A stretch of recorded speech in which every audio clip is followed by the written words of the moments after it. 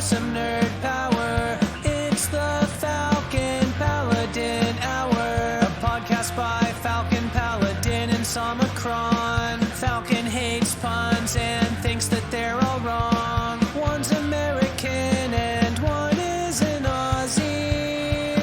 Talking about StarCraft 2 and the esports scene. Hello and happy podcast day, Falcon Paladin. Thank you, Sir Somicron. Always good to be here at the top of this city for another podcast day. Oh, right. I forgot that you're at the top of a city. Yes. The violet and neon pink hazy city. Yes. That's how you know it's very cyberpunk. The color scheme. Utah is very different to what I imagined. Yes, but many people say that. Yes. Yeah. So you still roasting down there? Today is much better. It's only like a 84 Fahrenheit. Oh, that's positively pleasant. Positively, I've still spent the day up in the room with the air conditioning, just laying on the couch watching TV. I'm still like getting in a room with a little computer that's like pumping out heat as well. And I do get, now that the Earth's rotation, this room gets a lot of sun during the day now. So it does get quite warm. Have you purchased a fridge to put in there and run with the door open yet? So interestingly enough, a fridge did turn up. We now have two fridges in our kitchen, which is just over there. Did you order another one? It's my brother's fridge. We finally got it moved from where he was living previously before he moved in with us. The four people kind of all adults with their own food, stuffing him into one fridge was not enough, so we added his into that, which everything on the inside of that is cold, but as Aki has pointed out, and I mean, I'm going to say rudely, only giving me 80% knowing that putting a fridge in the room with the door open won't do anything. I mean, only 80%, Aki? Oh, wow. That was pretty brutal. Yeah, but it's keeping everything in it cold, but with two fridges in that room and an oven sometimes going, or an air fryer, or the stove, people cooking, the kitchen is warm. Yes, I believe it. Especially with no like air ventilation. Like there's a couple of skylights which I don't think let air out because they'd let water in, but like the stove, which is an electric one, right, like an induction stove, it has an overhead fan where you like pull out the top of like the cabinet or whatever that's just above it. That goes nowhere. It just pulls air straight up and into nothing. Just right. It's useless. Absolutely useless.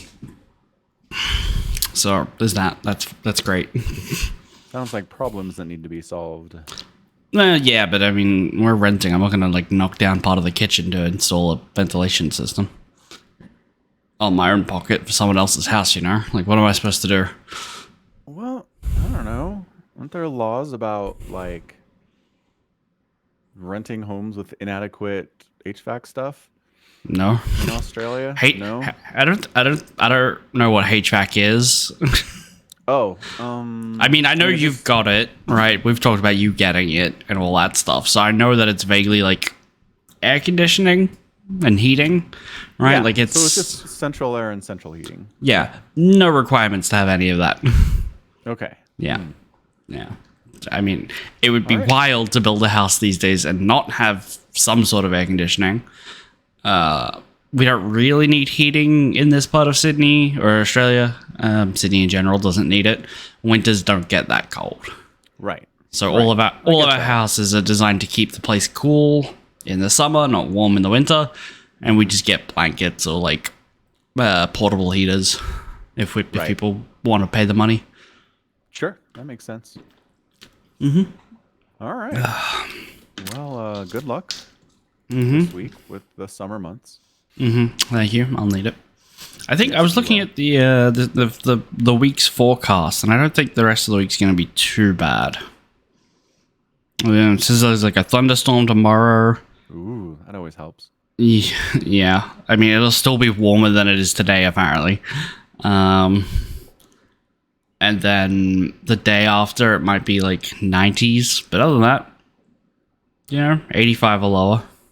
Yeah, I mean, if you're not approaching 100, is it really even summer? That's what I would say. Yes, it is. All right. Well, we have some things to talk about, that's for sure. Okay. Where would you like to start? The Godzilla. You wanna start with Godzilla. Yeah, I saw Godzilla. I saw Yeah. Godzilla. I'm not gonna lie. I had a little bit of a rough time getting into the movie. The theater didn't have the brightness set correctly, and I think someone actually went out and complained because I was like, "This is weird," but I guess maybe it's like the movie, like they're going to look or whatever. I don't know. They were like the left hand side of the screen was kind of bright in the sense that I could see the wall behind it, and like where the subtitles go, it was a little shadowy box, and I'm like, okay, maybe there's like an overlay from where the subtitles were burnt on. I don't know what's happening, but basically someone comes in 5 minutes in and pauses the movie. I'm like, we're just gonna fix it real quick. And the scene where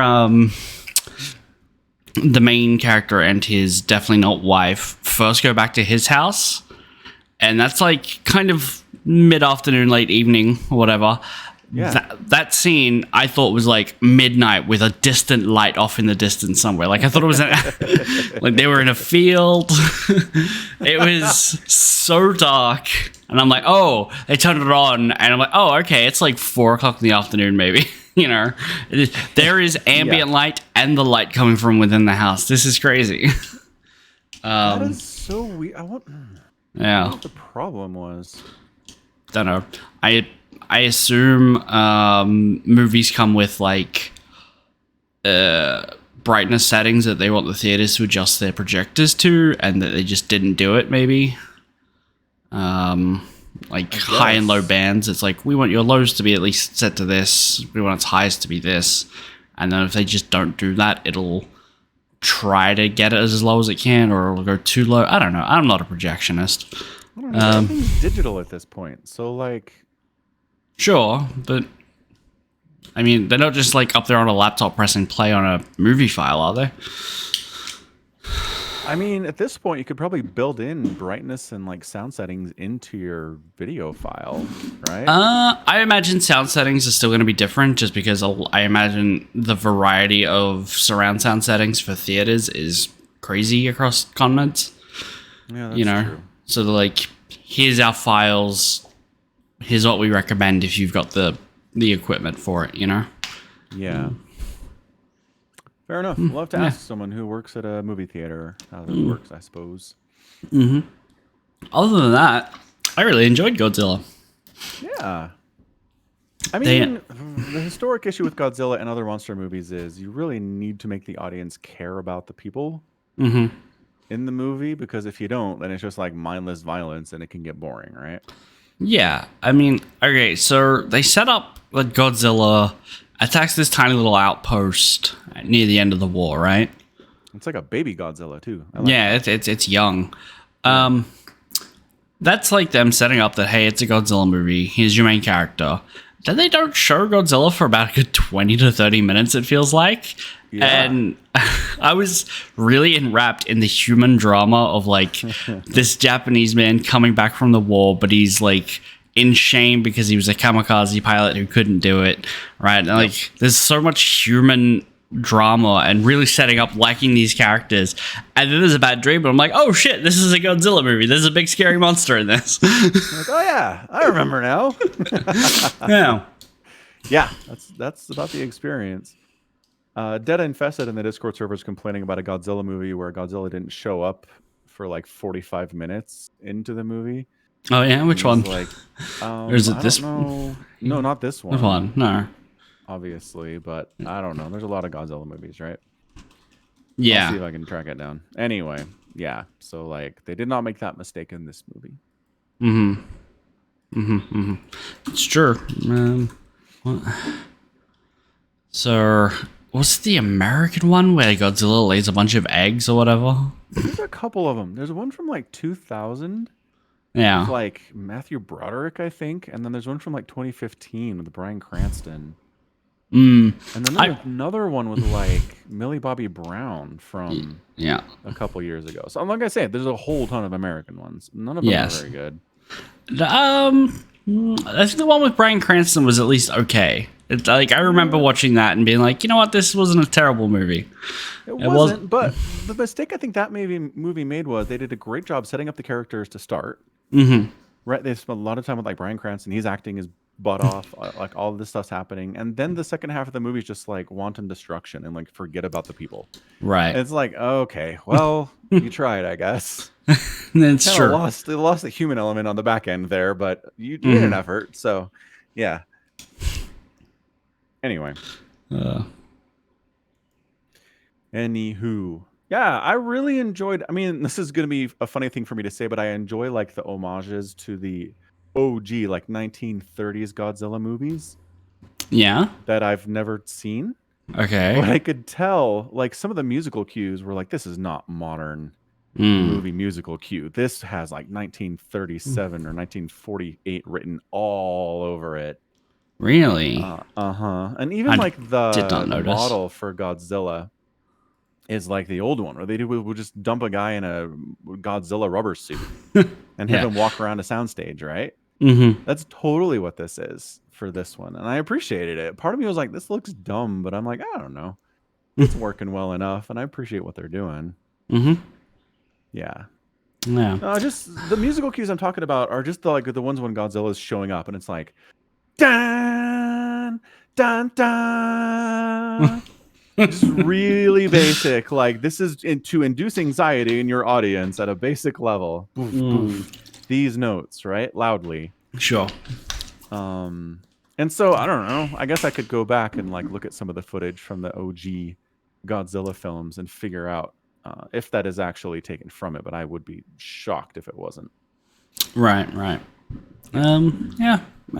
I did not pick up on that. I'll be honest. That's fair. I was too busy wondering about, why doesn't this man want that cute little baby to be his baby? Why is he telling the little baby that he's not his dad, that he's not her dad, Yeah, that was brutal. His buddies are like, what are you doing? That's harmful. Emotional harm to this child. Yeah. Great. But no, he's all PTSD'd, man. He feels immense amounts of guilt. He has no time to be someone's dad. Yeah. Thing. Yeah. Yep. So I was wondering too, like there's the very first scene in the movie is like, dude sent out to kamikaze an American warship, decides this is a bad idea, flies to a warplane repair island, where I guess they've been using this, for the war. Lands, and he's like, there's a problem with my plane. And then they're like, that's weird. There's nothing wrong with your plane. Then Godzilla shows up and starts like tearing through everything and like eating people and stuff. And the head mechanic guy is like, get in your plane. We'll lure Godzilla this way. You hit him with your anti-aircraft gun. Right. Hit him with your 20 millimeter. Yeah. That'll kill it. And he's like, are you sure? Like 20 millimeter guns will kill anything. So you're wondering whether or not it would actually kill the little itty bitty baby Godzilla at the time? Right, because we know bigger Godzilla, that would not kill him. He's got regenerative properties, and you blow him up and he like regrows his face. But I don't know, maybe little itty bitty Godzilla didn't have regenerative powers yet, and maybe it totally would have worked. So I think it's deliberately ambiguous here. Yeah, definitely.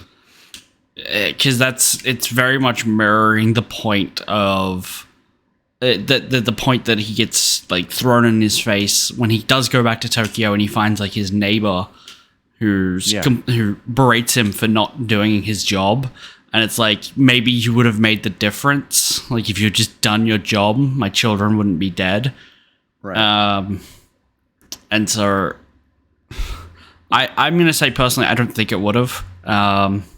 Yeah, I think Godzilla would have just killed him. He almost does. Like, he's in the plane and he has to bail before Godzilla reaches down and like picks up the plane with his mouth and like throws it. Yep, didn't see a scene of that, but yep. Oh yeah, no, that totally happens. Here, let me walk you through the first 10 minutes of the movie. Sudden, like, here's the thing: they were like, "Go get in your plane, shoot him with your 20mm," and I see him like climbing into his cabin. I'm like, okay, and then the next scene, Godzilla's roaring, and then he's on the ground. Like, Gotcha. yeah, Yeah. That's Yep. That's about what happens loosely. Anywho. So then he gets knocked out and he doesn't get eaten by Godzilla, which is nice. Godzilla doesn't eat dead things, apparently. yeah. So that's another question I had about the movie, which is, what did Godzilla want? Yeah. Like, I mean, considering Godzilla is most oftentimes a metaphor for nuclear bombs, what does a nuclear bomb want? You know what I mean? right. There is no want. He's just pure destruction. Yes, that is Yeah. entirely the point. Yeah, but you're right. There is no motivation for Godzilla. He shows up, he wrecks shit, and then he goes back in the ocean. That is probably the downside to the newer American ones, which is they have a ton of lore and mythos behind like what Godzilla wants. He has this secret underwater nest that he goes to regenerate and suck up radiation power, and he's there to actually babies that he cares about. Right, and he's actually defending the planet with Mothra against like a Hydra, and there's all this stuff. And then King Kong's there, and then they fight Mechagodzilla. God, that was a terribly fun movie. But this one, it's just it's just back to the metaphor of nuclear weapons as a entirely destructive force that really doesn't help anyone out. Yep. It's not here to do anything other than kill people and wreck things. Yeah. Yeah. Yep. Yeah. And I mean, if you were unclear as to the metaphor of Godzilla in this film, his heat ray literally creates mushroom clouds. Right. So it's like, yeah, okay, I get it now. It was a little bit unclear before, but like, all right, now we know what you're doing. Yeah. And I mean, I liked that Godzilla kept getting bigger every time he showed up. Right. He's big when we first see him. But he's only the like size of like a 4-story house or something. No, well, I mean, I'll be honest, I didn't see him. Right. But to me, the impressions I got from that Rakshaw inkblot test of a movie scene, he only looked like maybe a 2 or 3-story house, right? Like not super big enough to like. He didn't have to bend to pick up a plane, if I had to look at him. But then later on, and I think that's just indicative of like the nuclear arms race and the megaton yield going up and up and up and up over the years, right? It's like we had some nukes, they did this, and now they do this, and now they can do this. Just bigger blast areas, bigger radiation spread. That's what that... And it's a great way to represent it by just having him be bigger every time he shows up, Right. Yeah. Yeah. Super cool stuff. Yeah. And yeah, I liked all the characters.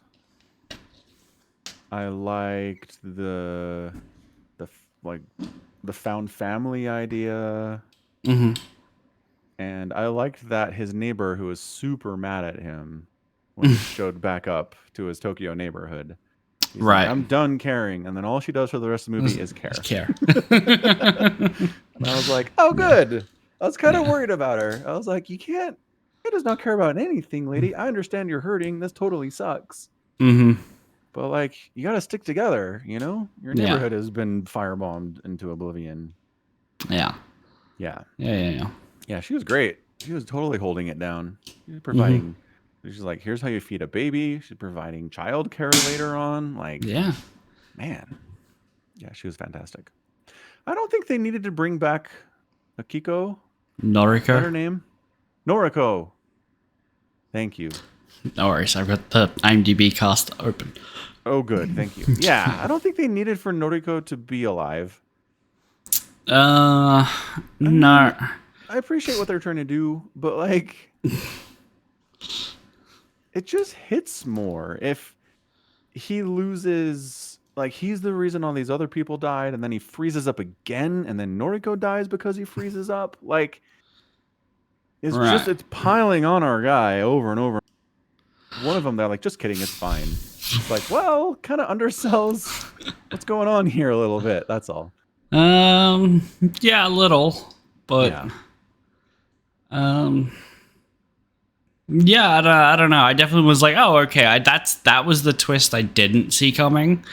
Me too. Because the one that I did see coming was the ejector seat in the plane. Spoilers for Godzilla Shin, not Shin, -1. -1.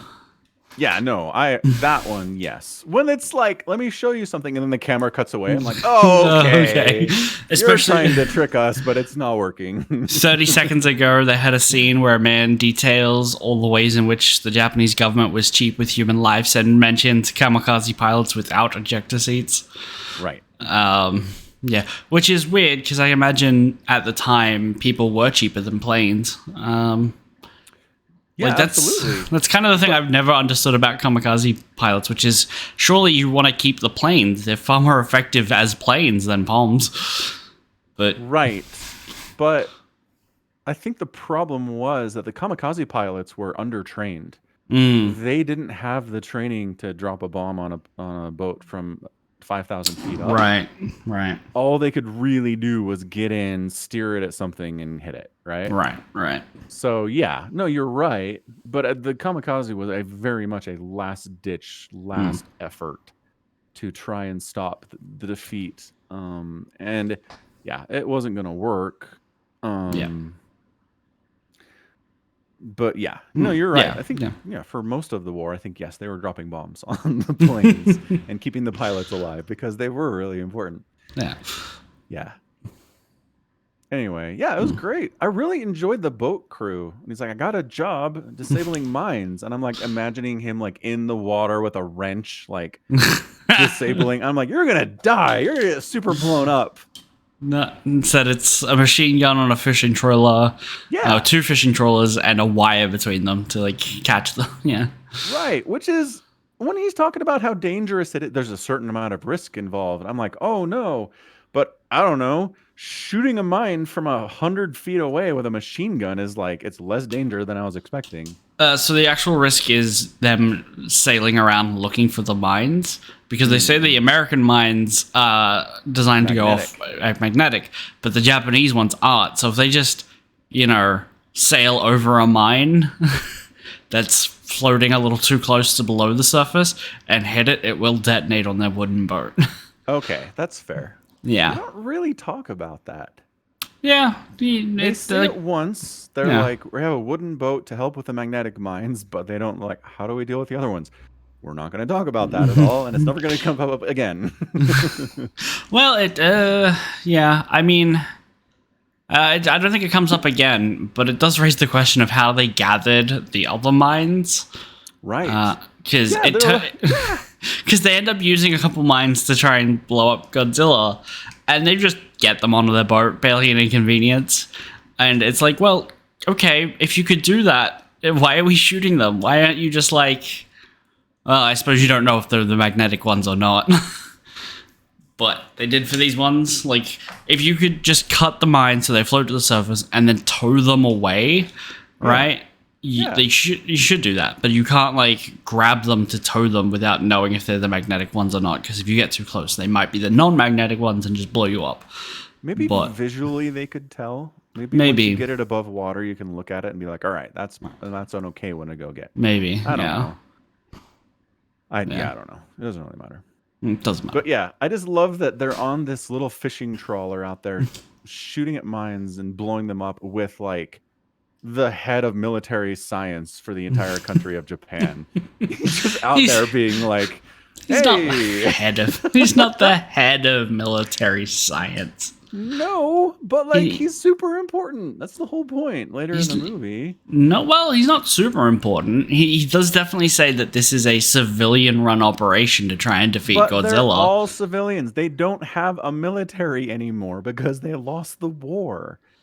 Yeah, I don't think that's what they're saying. They're all civilians at this point.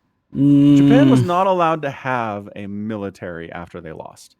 Okay. for like 50 years. We were like, nope. True. 50 years? I don't know how long it was.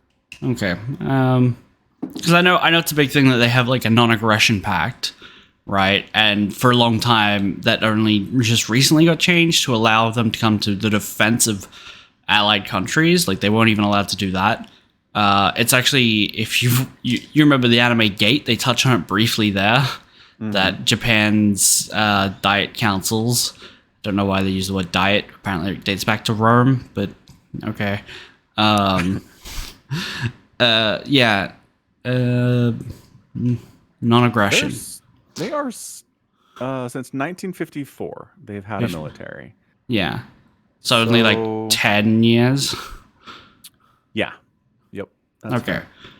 Yeah. But it's within the time period of this film because they're like doing right. It's only up to like 1948 or something when everything's really kicking off. So yeah, okay, they don't have a military, but like he describes himself as as he was working on weapons development, and I don't think that's necessarily like head honcho level kind of stuff, especially in Japan where he's not like an old guy, and what we see of all the like, I am the former captain of a destroyer. He's like an older dude, right? This guy feels like he's still young, and I just imagine in what I know of that society, he would need to be older to get that position, you know? And I don't know. How old do you think he was? I thought he was 30-something. Really? Well, no. I'm as someone who's going to be 30 in like 2 weeks. I'm not going to say he's 30-something. I'm going to estimate that to 40-something. Okay, good. You know, you're 40-something, but he wasn't in like his 50 or 60s, you know? And that's, time and experience is, I think, big on a rigid, like, hierarchical social society kind of thing. Right. Yeah, you're probably right. Anyway. Yeah. Especially because in a lot of wars, especially in like World War II, I know that the Americans were just like throwing money at any weapons development. Like anyone who had an idea of like, hey, let's train bats to fly bombs into Tokyo, or let's release radioactive foxes that glow in the dark so they think that, you know, their gods are telling them to stop the war, you know. Literally. That's a genius one because that might work. That is a true story. Yeah, no, I know. So I imagine Japan was doing similar, just like funding anyone who had ideas for weapons development. So you think he was just one of those dudes? I think so, maybe. That's fair. I did appreciate the creativity with their idea of how to take down Godzilla, though. I thought that was really good. The normal stuff, they hit it with tank fire. They're whatever. It's like none of this is working. And then they're like, okay, so we're gonna drop it down a trench. And hope that the compression kills it, but just in case, then we're gonna rise it again, and the decompression will kill it. And I was like, "Yeah, worth a shot." Yeah, it's a really good idea. I mean, I don't know that Godzilla has to be like he comes from the bottom of the sea, and he has to like do it slowly. Yeah, like evidently he does. Evidently, I guess so, because it did hurt him. I mean, I think. I think it's subtly implied that the way I think it's Kenji Noda is the name of the scientist dude, gets that idea is because every time he rises, there are deep sea fish that come up with him, but they're all dead. Like they can't stand the decompression coming up. Right. So they die and then just float up. So I think that's subtly where he gets the idea for that, which I think is really good. I think. Kind of, if you look at it, it was like Godzilla is a metaphor for nuclear weapons. And then they have all this brilliant sciencey ideas on how to kill the nuclear weapon. It's kind of saying that nuclear weapons may have destroyed a bunch of shit, but at least they led to scientific developments, you know? Right? Like it increased our scientific understanding. That's another way to read this movie. No, I agree. That's definitely a way to look at it. Which I guess is true. Like at a fundamental level is true. I'm just not sure it's an intended consequence of the filmmaking. Right. Like an intended message for them. Yeah. Yeah, I don't know. I don't know. There was something else I wanted to talk about. In Godzilla? Yeah. I I think we pretty much covered it. Yeah, I don't know. Oh, well, I mean, the fact that Godzilla doesn't die at the end. Spoilers for the very, very ending. He starts regenerating. Right. Still. But, like, you can't, like, Godzilla never dies. That's the whole point. We're going to get Godzilla movies for the rest of forever. Oh, and I hope they're all as good as this Godzilla. one. Yeah, right? Right, but if you don't kill Godzilla, what is the resolution in that film? Like... He'll be gone for a really long time. Our grandkids have to deal with him. I don't think so. The rate he's generating, he'll be back in a week again. You know? Well, that sucks. I hope that's not the case, because that's terrible if that's what's going on. That's how it seemed to me. Yeah, part of me was worried about that too. Yeah. I was like, you did all this work to take down Godzilla, and you thought you did. And in 4 days, he's going to be back destroying Tokyo. Like, oh, well. Yeah. Rip. We didn't really do anything then, did we? Because he was always like, he had a comeback schedule anyway. I mean, he was doing this regardless. Right. I mean, here's the thing. Now that they know how to do it, they can just do it again, though, right? Be like, hey, we can just prep for this. In theory, he's going to come back up where he died. Just leave the boats there. Yeah. I mean, you could swim away. Like, how easy is it to gather up, like, the Freon gas and the canisters and stuff? Maybe that's easy. Sure. Maybe. We just do it again. Anyway, so, I mean, so it's just the human element that makes it good, right? They just really put a lot of work into making us care for the characters. Yeah.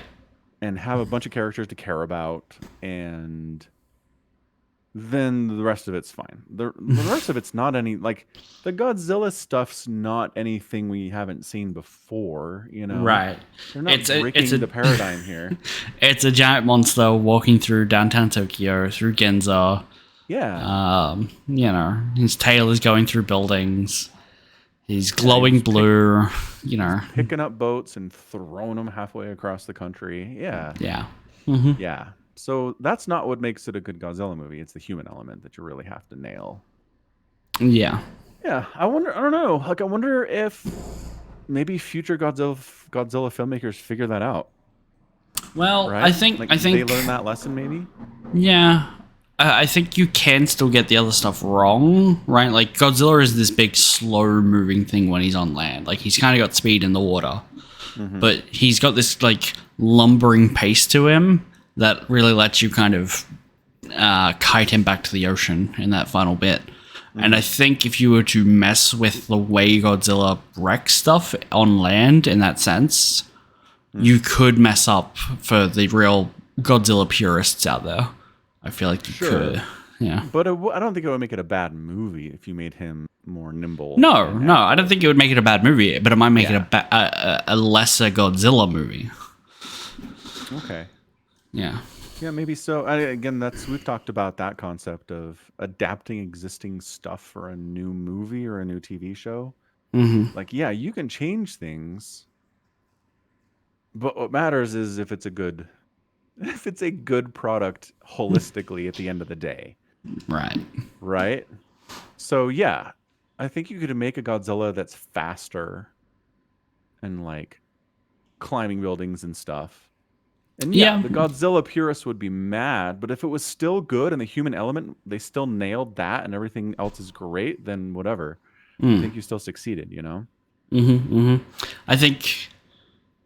But if you change the pace of Godzilla and, like, the way he destroys, do you lose, like, the metaphor function as a nuclear bomb as this thing that took time to develop? It was slow, it was lumbering, getting it to places was, like, took time. And then when it gets there, it's incredibly devastating, and there's nothing you can do about it once it's there.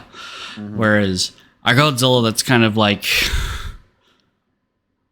You know, the American-y ones where he is fast and it's like, it's breaching Seattle, and now it's in Vegas, and it's digging up a mountain where there's other kaiju just hanging out. I don't remember those movies very well. Not good. No, because they suck as a human element, but like you're just throwing in too much stuff, and you don't have that metaphor anymore either. That theme of nuclear weapons. So right, I think. How important is that though? Because like it's obviously that's the origin. That's what Godzilla is and was at its core when it was created. But if you just didn't spend any time with it for an hour and a half in a movie, but nailed everything else, I don't know. I still think it could be good. Yeah, I mean, maybe better than some Godzilla movies that really do lean heavily on nuclear weapon metaphor. Probably. You're probably right, because like there are a lot of Godzilla movies at this point. Yes, so many. Let's see if I can find a list. Filmography. There are. Would you like to take a guess at how many? 17. Really? 38.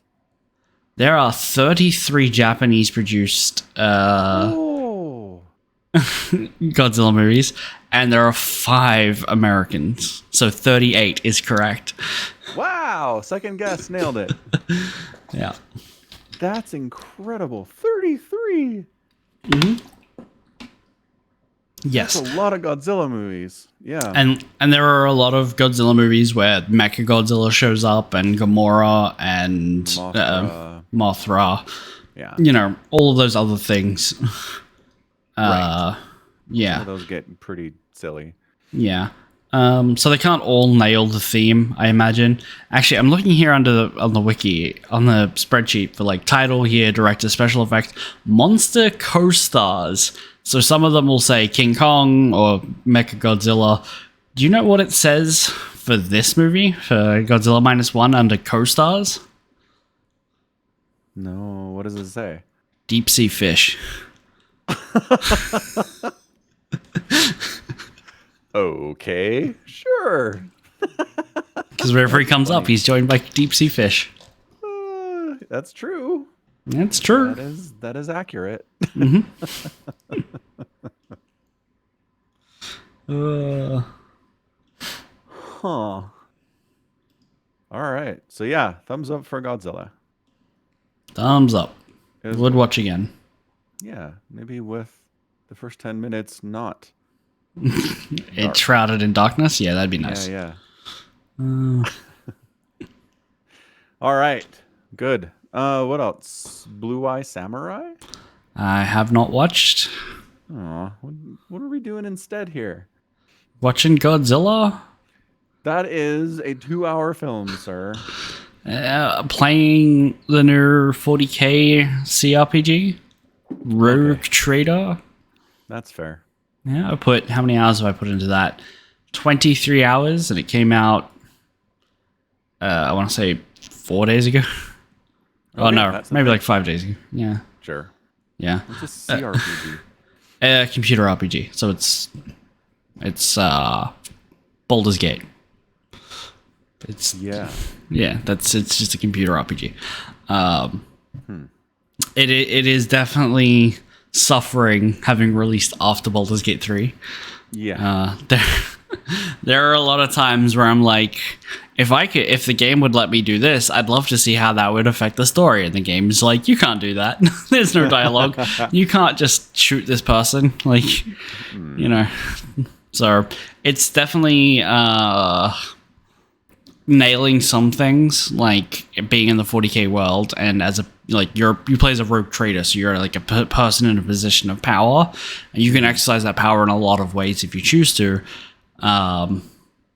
So it's getting like universe down really, really well. It's probably a faithful adaptation of the original rules that it's based off, but unfortunately it's very crunchy, like incredibly rules driven, like with pages and pages and pages of stuff to like read and be like, okay, so how good is this ability? I don't know what 1 plus my psi rating % with my AGI bonus divided by 2 weapon piercing is. Like, you know. Yeah. That doesn't sound great. No. I mean, if you sit there and take the time to read the ability and like choose the stuff that you're going to take when you level up, you can really nail a playstyle that you want, right? Like for what's available, like you can craft it to be really powerful in specific ways. But unfortunately, it requires a lot of like focus and paying attention and picking the right things. Because I unfortunately, for my first playthrough, I made a psyker. So when I cast magic powers, and then I made their first like archetype, which is like their kind of class, a soldier. Not a lot of synergy. Not a lot of synergy between those two things. Soldiers are good at shooting, psychers are good at casting magic. Turns out those things don't cross over a lot. Yeah. But other than that, I'm enjoying it. Okay. Yeah. So that's I don't want to get bogged down on that because I know you're like, well, I haven't played this game. I'm not going to. That is true. Yeah. I guess, yeah. RPGs that come out after Baldur's Gate do suffer by comparison. Yeah. Yeah. And it's not trying to be exactly what Baldur's Gate was, but you can't not compare it. Fair. You know? Yeah. After Baldur's Gate won Game of the Year at the Game Awards. Oh, yes, the Game Awards. That old nutshell. Yep. I didn't watch it. No, neither did I. It's a 3-hour live stream for like 7 awards. It's entirely not worth it. No, not at all. The Muppets were there, I heard. Wow. Yep. And I heard that they kept like playing people off the stage. Mm-hmm. After 2 minutes. They gave people, I think it was like 30 seconds for speeches. Yeah, it was wild. Like, I get the concept because some people will stand up there for an hour and talk at you. Like, yep, right. You give them whatever they want and they will take a mile. But like 30 seconds is really short. Right. It's really short when you have maybe actually like 15 to 20 categories and it's a 3-hour show and the rest of it is just ads, you know? Right. Yeah, let's watch this trailer for a game that's coming out next year. Yeah. Mm-hmm. Mm-hmm. Yeah. Yeah. Are you excited for GTA 6? No. No. I never played 5. Yeah, don't worry about it. Like, I hear the story was good. Kind of not interested.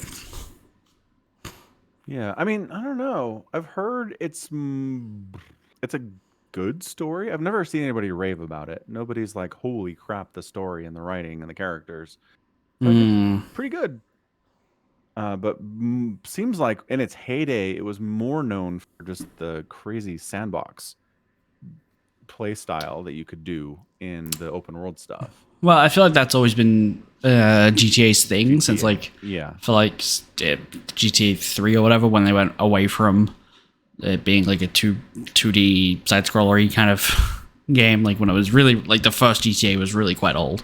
But when they finally got 3D and you could run around and do whatever you want in a sandbox, I think they kind of nailed that and kept nailing that. And then I did play a little bit of 4. I thought 4 was very, very meh. And is 4 San Andreas? No, 4 is, hey, it's your cousin Nico. Let's go bowling. Let's go bowling. Okay, yeah. It's Nico. Yeah. Yeah. And then from what I hear, 5 added great open world stuff and a good story. Well, there you go. Yeah. Yeah, I guess, I mean, I don't know. My understanding of GTA 5 for a long time was what got posted on Reddit just constantly for like 5 years. And it's fallen off now. Like, nobody cares about GTA 5 anymore. Right. But yeah, it was a lot of like, I jumped out of my plane and, used my wingsuit to fly to the top of this tower. But then this other dude, like, clipped me with his helicopter. I ended up landing in a tank. Like, just stuff like that. Like, crazy, crazy, weird stuff. Mm-hmm. Yeah, that was most of what it was. So I might have actually bought GTA 5. No, really? Yeah. Because I think I'm just like having this memory that like it was on sale at one point, Okay. and I was like, I don't know, it looks pretty fun, I guess, but I'd never actually played it. Oh yeah, I do own it. Look at that. Yeah, Huh. nice. On what? On Steam? Yeah, it's on Steam. Yeah. That's the other thing. GTA 6 is like, we're going to be on consoles and see what we do with PC later. And it's like, Yeah. hate you guys. Why are you hating on the PC community? What is wrong with you? Oh god, I saw something on Reddit that was not Reddit, on Twitter, that somebody was whining about something. Oh, it was Starfield. Someone was like, Ooh. had posted or maybe I saw this in Discord, but somebody was like, had a video that was like, Starfield, Bethesda's game design is 10 years out of date, when it was like 10 years ago it was out of date or whatever. Yeah. Someone had basically retweeted like a screenshot of the thumbnail and being like, Starfield's for Xbox gamers. If you guys don't like it, you should just fuck off. And it's like, what? Your point is that like Xbox gamers are settling for mediocrity? That's Yeah, what year is it? Who's doing Xbox versus PlayStation like wars at this point? right. That's nuts. No idea. No idea. Actually, I want to go back to Rogue Trader for a second, which is I got to like the end of the first act and like the boss was just kicking my butt. It's ridiculous. You fight a space marine with a bunch of like regular human dudes, and there's a sniper on the other side of the goddamn map with the ability to basically one-shot any of your characters. So if they're out of cover, you've got 6 characters. You have 6 rounds before they're all dead, right? Yo, okay.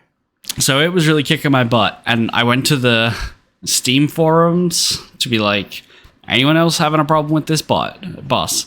Turns out people are. Turns out a lot of people are just saying, you clearly just suck at the game. I did it on my first try. Yep. If you don't understand how your characters work, you should start again and drop the difficulty. There's a baby setting just for you. Yeah, basically. Yeah. So that made me feel good that I took, I don't know, 6 attempts to beat this boss, you know? Yeah, 6 is okay. That's normal. I'm okay with it. I'm not going to hate on you for that one. I mean, it sucked. I hated every second of it.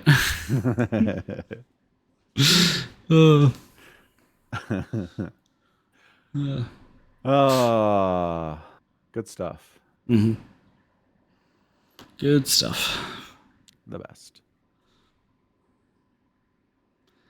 Whew.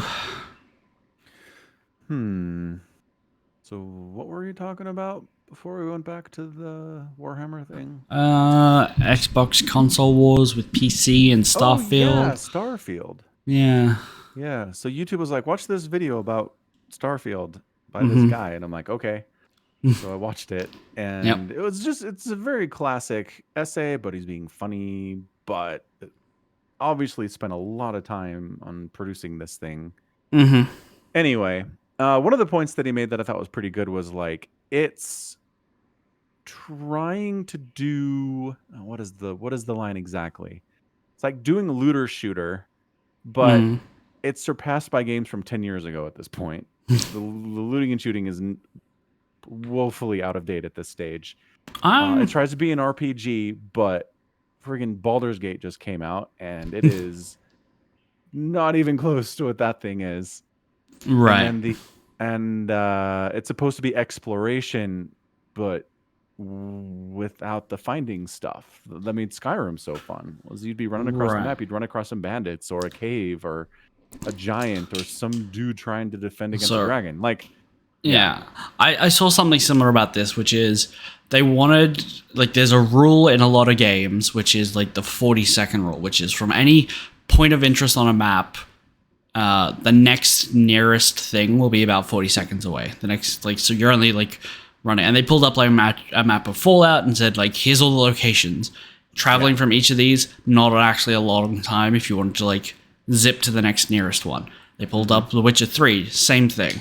And then they said the reason why Starfield feels so empty is because that's not what they wanted. That they wanted a couple things on the map, but what they wanted you to do is zip between planets every 40 seconds. So you're supposed to land, find whatever's like immediately there, and then go somewhere else, right? Like the exploration is supposed to be ship-based, not planet-based. Yeah, but isn't that like 4 loading screens to go from one planet to the next one? Yes. I mean, yeah.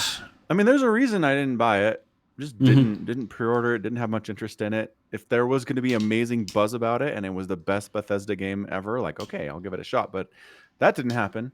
It's because it's Bethesda. It's because this is what they do. Because, and one of the other points the video makes is that they're this like 100-person game studio, but they're putting out AAA games, and they try to pretend that they're this small game studio. They're not like the big guys, but it's like, look, hire some more people. Like, you obviously were crazy ambitious with this game and cut a bunch of stuff. Like, if you had 200 people, maybe you could have gotten more of that in there, and it'd be a better game. Yeah. Yeah, I don't know. But it's just Bethesda. It's just, I'm going to be honest, the thing that turned me off the most was in the trailers showing how when you talk to a person, it takes you and centers you on that person's head. Just like every other freaking Bethesda game that's ever been. All right. As soon as they went first person with Fallout 3, it's that exact same thing. And I'm like, that is 30-year-old tech, sir.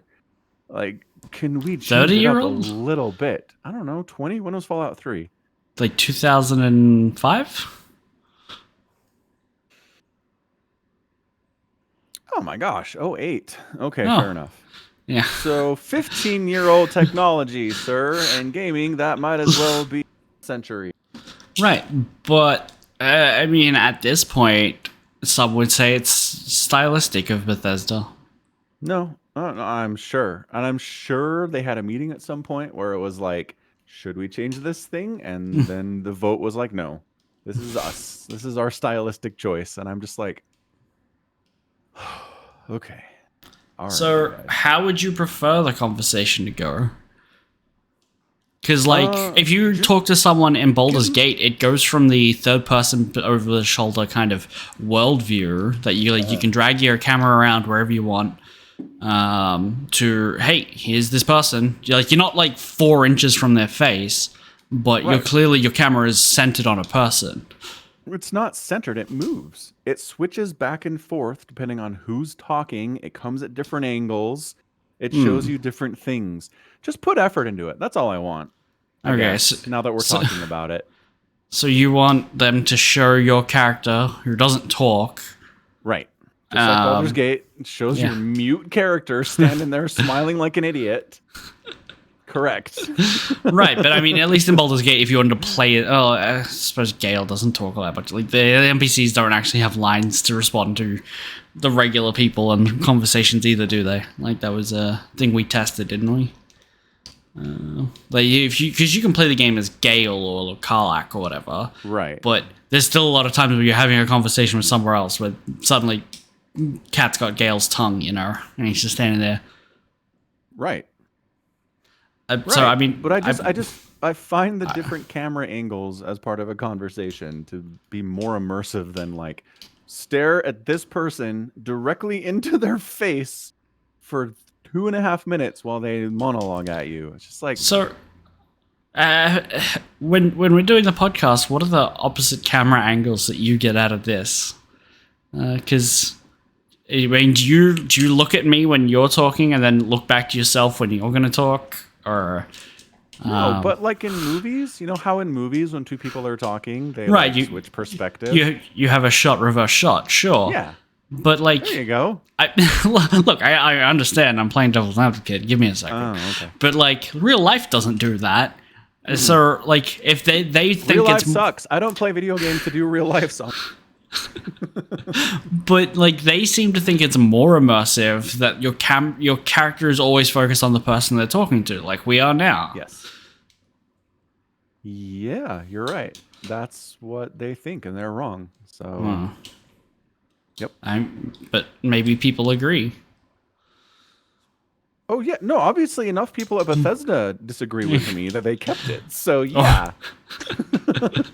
Well, And I'm sure there were a bunch of fans who were like, "Oh, thank goodness they kept the Skyrim and Fallout 3 camera system." maybe they like genuinely. I can see people going, "This makes it feel familiar, at least. Yeah. Like it's something for them to latch onto." Because so much else is just kind of 100%. like, I don't want to get in a plane and fly away to go and find something new.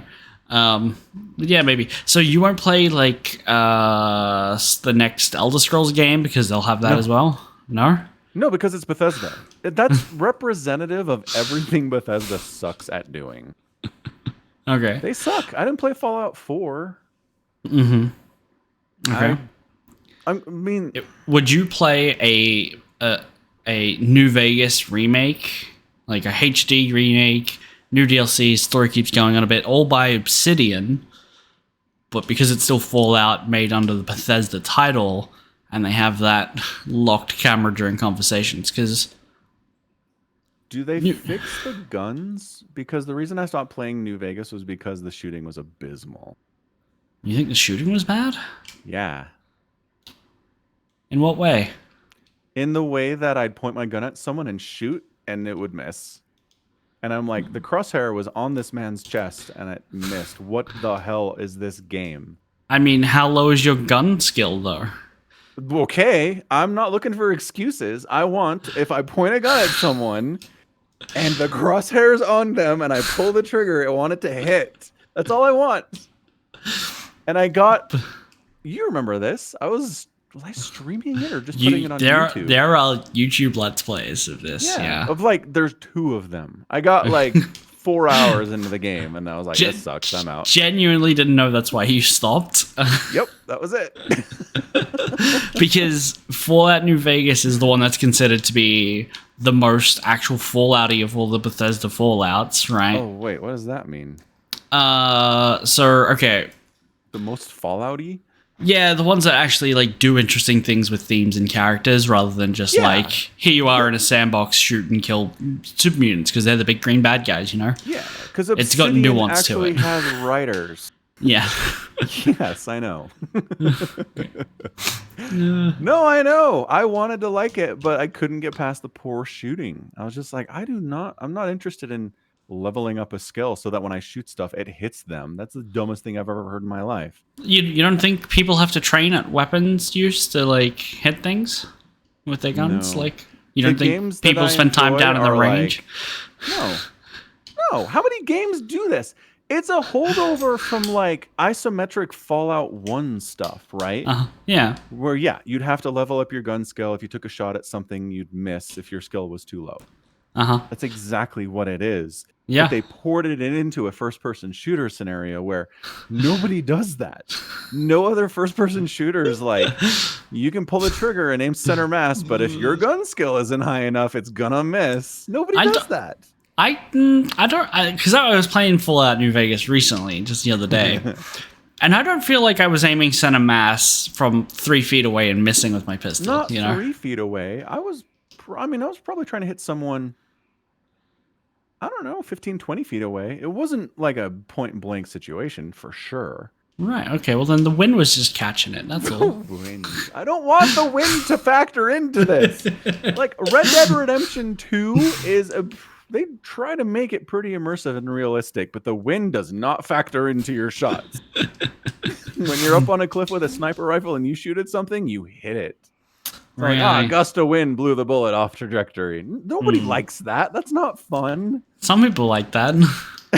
You're right. Some minority gamers who are really into immersion to extreme degrees.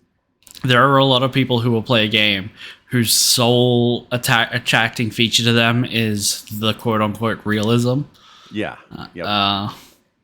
And those people are insane, in my opinion. Yes. And the gun system in Fallout New Vegas is for them. I don't think so. I think New Vegas is still too arcadey for them. Oh no! So it's the bad sides of both. That's incredible. Yeah. Anywho, I don't know. Maybe I'll go back to it at some point. Maybe I bet there's a mod for Fallout New Vegas where it's like gun skill is just 100, right? Undoubtedly. You could just set that with console commands as well if you wanted.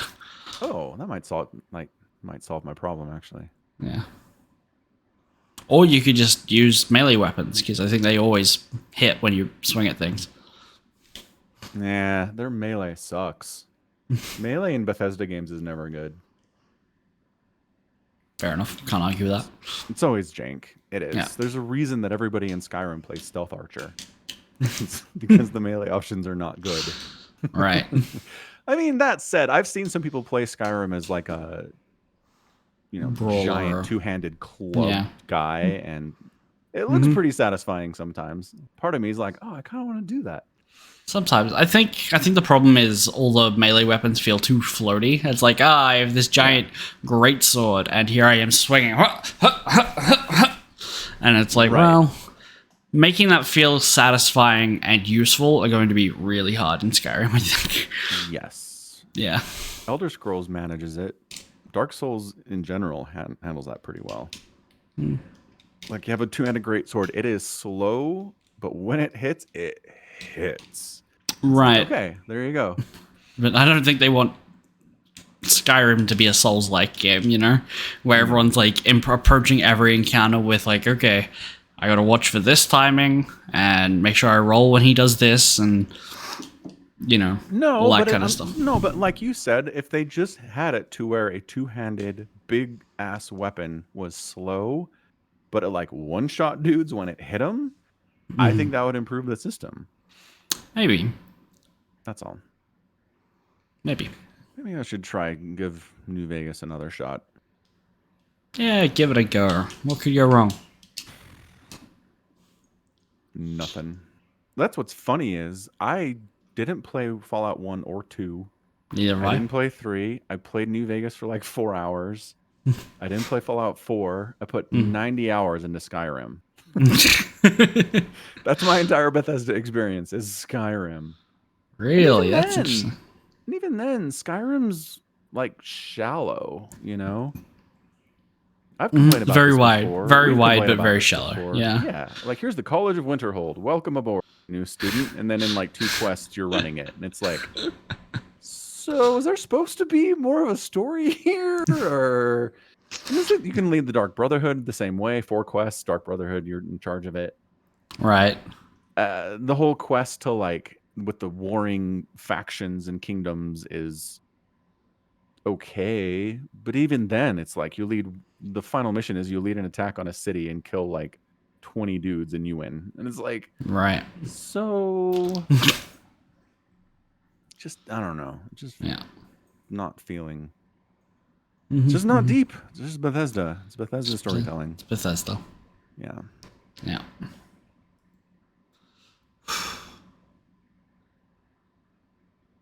Yeah. But at the same time, I've got friends who love Fallout 4, and they've put like 200 hours into it. Like, they love Fallout 4, so I don't know. I mean, I played a lot of Fallout 4 on the Xbox, but I don't know why. That's the faintest praise. Okay. Like, for me, Fallout 3, and I entirely put it down to the fact that it's the one that I played first, right? That I like Fallout 3 more than I like New Vegas, just because of nostalgia. Because it's the first Fallout I played. I put so many hours into that game, and I had the experience of, like, I found cool little things here and there, and, I had the Fallout experience that people want. And I recognize that New Vegas will probably do that better, but I don't feel like I got a lot of that in Fallout 4. Fallout 4 was, the Minutemen have another mission for you. Another settlement is under attack, right? Yes. Yeah, Again, I haven't played Fallout 4, but I know the another settlement is under attack meme. right. Because they thought never-ending, infinitely generating quests was a good idea. Right. Yeah, and I wouldn't touch Fallout 76 with a 10-foot pole still. No. I've heard it's kind of fixed. Yeah, kind of, for a Bethesda Kind game. of. Right. But yeah. Yeah. It's not optimized well. There's a whole part about Starfield getting released, and people are like, it's lagging, it's glitchy. And Todd Howard's like, well, maybe you need a new PC. But then the modders, like, within 3 days of launch, are like, oh, this thing's not turned on. This isn't enabled. This thing's missing. Like, where's DLSS for NVIDIA? It's not even in there. And it's just like, okay. So, yeah, you shipped a kind of an incomplete game. Way to go, guys. Yeah, I didn't have a particularly buggy experience in Starfield. Like, I definitely had a couple of issues, but not like game-breakingly, this is awful, my PC won't run it because it's stuttering at 14 frames per second, and yeah, nothing like that. But I do remember looking at like the patch notes from November or earlier, where it was like, oh, okay, so there's like patch notes coming. Like, here's the patch notes, and then I realized what I was reading was not the patches that they've put in the game. It was the patches that are going to be in the next patch, you know, because that was the bulk of the list. There was like, here's a tiny little hot fix. We fixed a minor like graphical error in the menu that appears on certain planets, and then there was a big list of stuff, and it was like, oh, the ability to just look at food and eat it instead of picking it up, putting it in your inventory, opening your inventory, finding it, and then consuming it, you know? That's... Right. It's just Bethesda, man. That's all it's Bethesda. Yeah. Yeah. I really enjoyed the thing from the story from the video that I'm talking about, where he's like, okay, so I have a bounty, and I'm like, I really need to get to this planet. So he like gets captured. And one of the options is shoot your way out. So he's like, F5, here we go.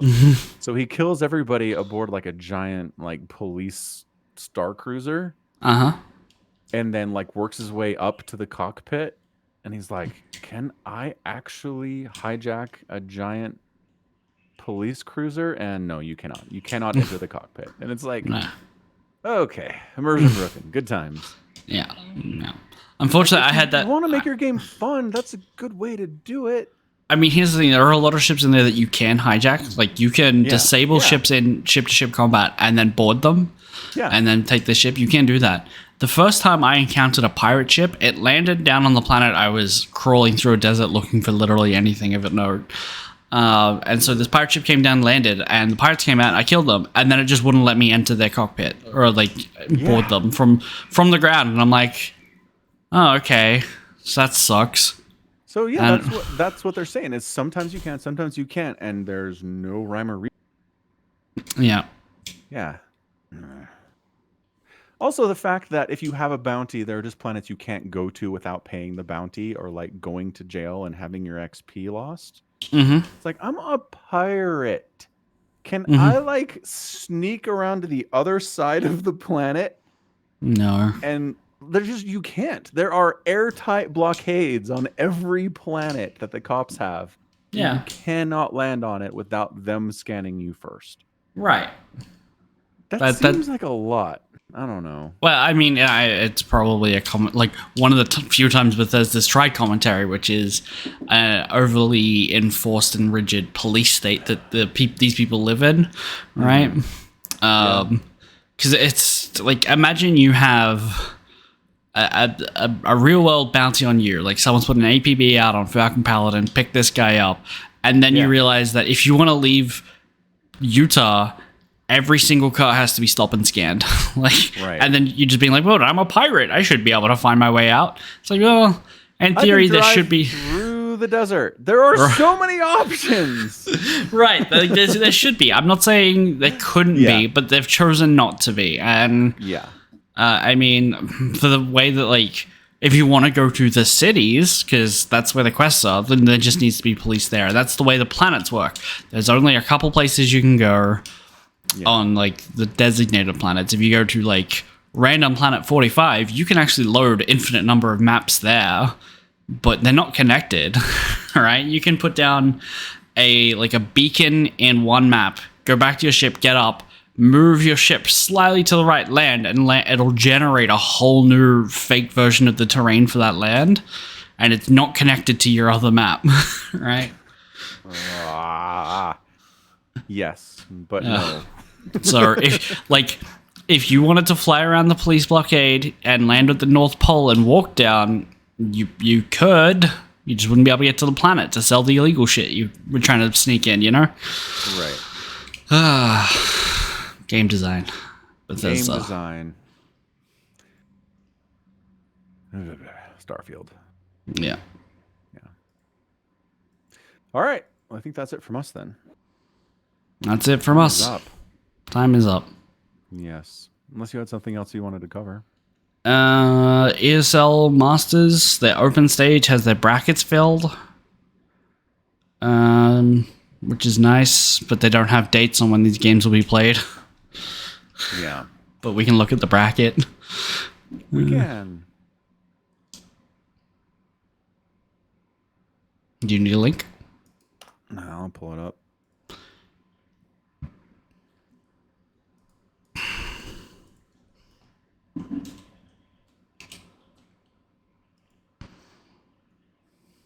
So 15th through the 17th. Yeah, it's probably when it'll start. Yeah. Okay, so yeah, bracket A, bracket B. Mm-hmm. Is it just bracket A and B? Or is there more? There's C. No, you're and right. D. There's a D. Ooh, boy. Gotta scroll down more. Yeah, so who's here? Heroes here that I care about. Creators here. Lambo, DRG, Bunny. G. Laser? Laser's down here. Mm-hmm. Hero Marine. Scarlet. Scarlet. Yeah, awesome. Yeah. Some good names. Yep. 14 Protoss, 7 Terran, and 11 Zerg. You're the Protoss, man. Watch them win nothing but participate in everything. Right.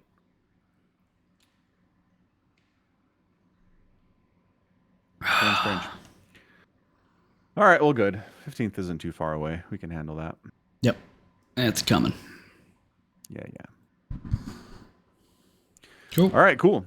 Well, we'll talk about that next week, but for now, that is going to be it from us. This has been Falcon Paladin and Somicron with yet another edition of the Falcon Paladin Hour. Hey, what's up, Bovine? You can catch us here at twitch.tv/Somicron every Tuesday, or it's Wednesday if you're in Australia and Japan and stuff. It's Tuesday if you're in Australia. Tuesday. What did I say? You said you can catch us every Tuesday, but it's Wednesday in Australia. It's Tuesday in Australia. It's Monday where you are. My brain is still on the Tuesday schedule, man. I do not know what to tell you. Yeah, it's every Monday, and then it's Tuesday if you're on the other side of the world. The VODs show up at youtube.com/@Somicron. You can support the podcast directly at patreon.com/Somicron and falconpaladin.store by buying merch. It's true. So good. So until next week, you stay safe and healthy, and above all, take care of yourself. Bye. Goodbye.